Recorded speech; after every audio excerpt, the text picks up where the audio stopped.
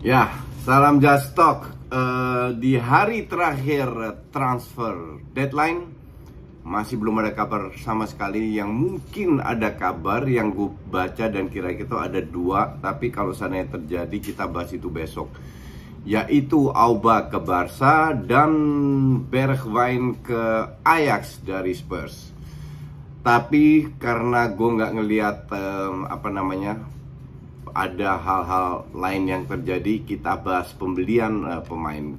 Kita mulai dari Inggris, membahas Inggris sama sedikit Itali, karena di Spanyol juga nggak terlalu banyak pergerakan. Di Inggris itu Castle beli 4 pemain dan masih incer Lingard, Nketiah, dan gue nggak tahu siapa lagi lah, which is good. Gue bilang Newcastle ini kan duitnya kita tahu semua banyak dan mereka hampir degradasi.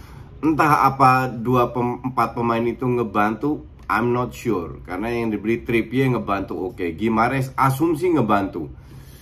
Tapi Wood sama Burn, ya gue nggak tahu. Wood ini kan real striker ya. Bahkan mereka masih mau ngincer seorang center back lagi. Dan juga Lingard gue bilang ngebantu. Nketiah gue nggak yakin. Tapi intinya adalah si Newcastle ini di atas kertas klub terkaya, pemiliknya di atas kertas. Tapi mereka cuma spend berapa? Hampir 100 juta doang. Apakah itu banyak? Itu nothing lah. Itu nothing dibanding klub-klub besar kalau seandainya Newcastle mau jadi bersaing ya. Tapi yang mereka harus lakukan kan sekarang survive dulu. Apakah cukup? Gue sih nggak yakin. Gue nggak yakin dengan kedatangan 4 pemain. Gue selalu dari awal gue bilang Newcastle butuh 6 pemain. 6 pemain yang bener-bener langsung bisa jadi starter yang punya nilai tambah. Karena kan masih ada adaptasi, cedera, dan lain-lain. Ya kita lihat lagi ya apakah Newcastle survive atau enggak. Lucu aja sih kalau Newcastle degradasi menjadi klub terkaya di Championship, beli banyak pemain juara tapi udah hilang setahun. Kita ke Spurs, oke. Ayam sayur ini beli 2 pemain, Kulusevski dan juga Bentancur. Belum tanda tangan tapi hampir tanda tangan. Asumsi itu jadi. Mereka membuang Dombele yang kemungkinan ke Lyon dan juga Lo Celso yang gue lupa ke klub mana. Bahkan Bergwijn mereka masih nego karena Ajax pengen sekali Bergwijn. Dan sekarang dengan hadirnya Kulusevski yang juga seorang winger, kemungkinan Bergwijn dilepas. Pertanyaan gue adalah, come on, kita tahu yang suka nonton Serie A, bahkan gue bukan penggemar banget Serie A, tapi kita tahulah kemampuan Kulusevski seperti apa. Kalau harus dibandingin sama Bergwijn, ya gue bilang jelas Bergwijn.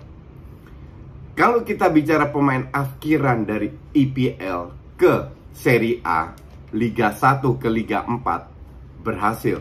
Dari Edin Dzeko, Kolarov dulu, sekarang Tammy Abraham, you name it lah, you name it. Tomori yang di AC Milan itu, di Chelsea itu hancur-hancuran. Itu berhasil, sudah banyak contoh. Bahkan mantan kaptennya MU si Yang di Inter pun cukup punya peran, ngerti nggak? Tapi sebaliknya, apa iya pemain cadangan di Juve?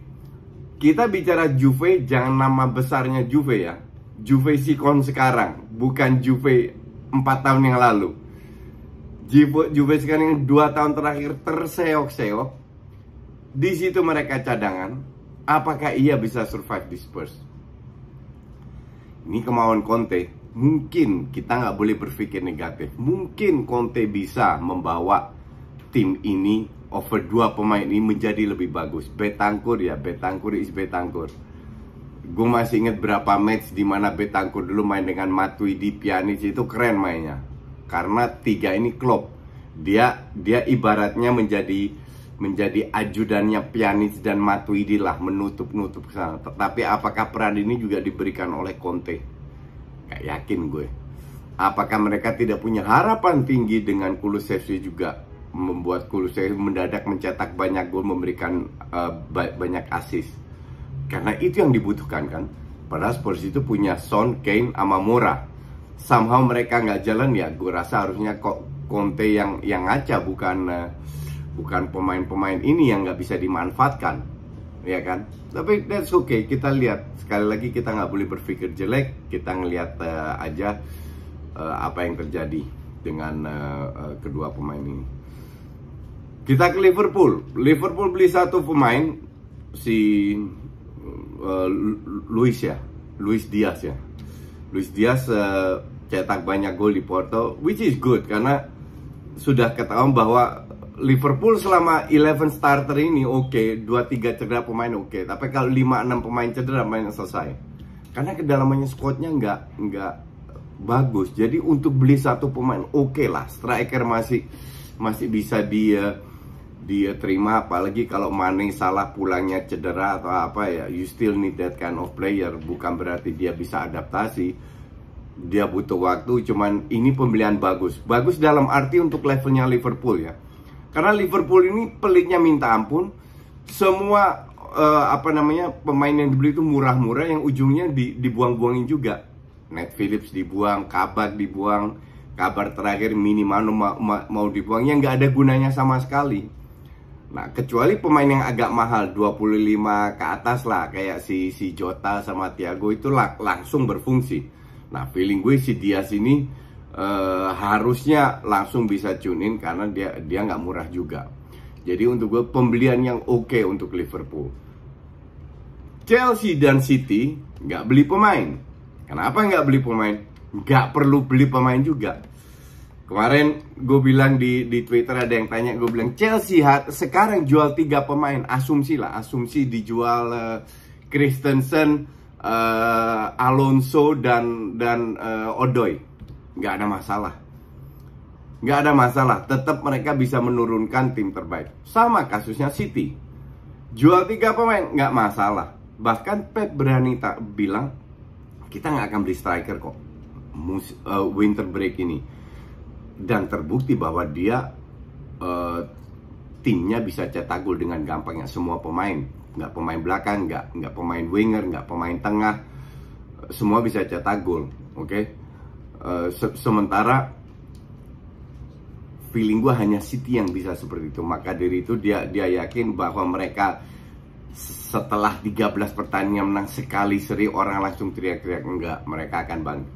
Mereka akan menjadi juara lah. Justru gue nggak yakin Liverpool bisa konsisten. Tapi kita lihat lagi. Intinya adalah untuk gue Liga Inggris selesai. Nah, kan gue selalu bilang Liverpool, City 1-2, Chelsea kemungkinan besar 3. Oke, karena kedalaman squadnya, bukan karena permainannya. Walaupun terakhir ini si Tuchel sudah mau perubahan 4-3-2 lebih bagus, lebih smooth. Tapi ini orang kan penyakitan. Kadang-kadang mendadak 3-4-3, terus ancur-ancuran, babak kedua baru dirombak. Iya, kalau bisa nguber, kalau nggak selesai. Nah, yang lucu lagi, 2 tim ini yang untuk rank 4, Arsenal sama MU, semua beli pemain, mereka beli gosip. Arsenal masih mending, ada gosip doang. Untungnya cuma itu. Arsenal ada gosip, MU sama sekali nggak ada gosip. Gue pertanyakan, kedua tim ini kan pengen masuk Champions League. Kenapa Champions League penting? Karena mereka dapat income besar, puluhan juta. Apalagi kalau mereka lolos grup. Oke? 1 itu ya. Jadi masuk Champions League, which is satu tempat buat 2 tim, at least lu bersaing dong. Iya kan? Gak ada gerakan sama sekali. Sehebat apa sih squad Arsenal sama squad MU? Gue bilang MU masih betul, MU masih lebih bagus daripada Arsenal. Tapi still untuk bersaing masih keteteran juga. Kita tahu semua lah. Oke. Nah, di samping itu MU itu masih main FA Cup, UCL, Liga. Oke. Jadi masih banyak pertandingan. Kalau seandainya ada pemain tengah atau depan yang cedera, ya gue rasa berat. Karena yang 11 starter aja praktis nggak ada satu yang konsisten. De Gea dong yang konsisten. Dirombak-rombak pun hasilnya nggak selalu memuaskan. Lebih sering nggak memuaskan daripada memuaskan. Arsenal tinggal satu kompetisi, nggak ada Eropa, FA out, tinggal 17 pertandingan. Tapi apakah iya lu tinggal 17 pertandingan kalau lu mau incer Champions League, lu nggak butuh pemain? Sekarang 2 kartu merah aja, Partey sama Saka plus Elneny PP ke AFCON udah kelimpungan. Apalagi Arsenal buang, I don't know lah, Maitland-Niles dibuang, Chambers ke Maitland-Niles ke Roma, Chambers ke Aston Villa, Balogun ke Boro, terus Auba kemungkinan besar malam ini ke Barca, dan mungkin Nketiah, gue nggak tahu. MU pun juga kemungkinan besar di samping Martial juga buang pemain, tapi nggak mendatangkan pemain. Gue nggak ngerti dua manajemen ini maunya apa, oke? Tapi ya kita lihatlah. Di Itali,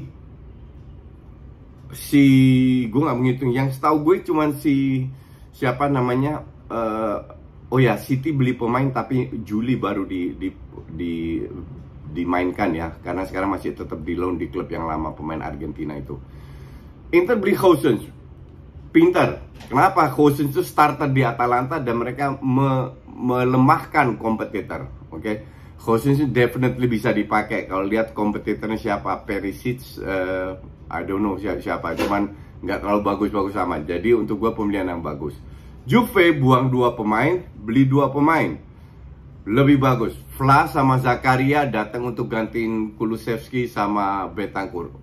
Smart, very good, karena Juve incer minimal Champions League dan mereka cuma selisih 1 poin. Jadi kalau kedua pemain ini lebih on fire, harusnya bisa. Dan Allegri pun lebih punya banyak pilihan, bisa bermain dengan 4-4-2 dengan 1 DM.